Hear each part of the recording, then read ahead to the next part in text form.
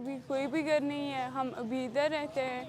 इधर भी हम बहुत ज़्यादा प्रॉब्लम्स को फेस करते हैं। 22 दिन से हम इधर हैं, ना हमें इधर घर दे रही है, ना भी उधर हमारा कोई घर है।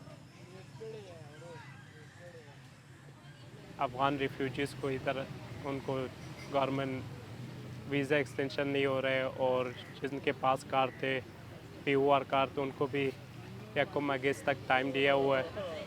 और 25 दिन रात इधर हम बारिशों पे, धूप पे नीचे इधर हम बैठा हुआ है। हमारा एहतजाज इसके बारे में है कि इधर हम सबसे पहले यूएन में हमारा अपना जो केस है 2015 से यूएन में, और इसी तरह जो इधर लोग के 2021 के बाद ये जो तालिबान के बाद आ गए हैं, इनका केस यूएनएचसीआर में मतलब उनका काम नहीं हो रहा है।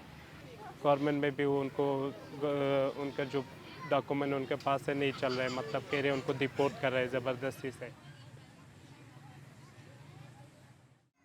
यूएनएचसीआर, यूएन और आईओएम के लिए यहाँ पे बैठे हुए हैं कि हमारा केसेस जल्द से प्रोसेस करें, और हम जब तक हमारा केसेस प्रोसेस ना हो जाए हम यहाँ से नहीं जाएंगे।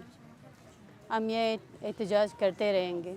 300 फैमिलीज़ है अभी, और भी लोग आ रही है, क्योंकि सब अफ़गानियों का ये मसला है। हम बहुत डरते हैं पुलिस से, कहते हैं कि आप लोगों को यानी मतलब ये जगह छोड़ दे, आप लोग चली जाए यहाँ से। इधर जो ओपन जगह है औरत के लिए बहुत मुश्किल है, बिलखुसूस वो जो बच्चों के पास है उसके साथ, तो उसकी बहुत प्रॉब्लम है।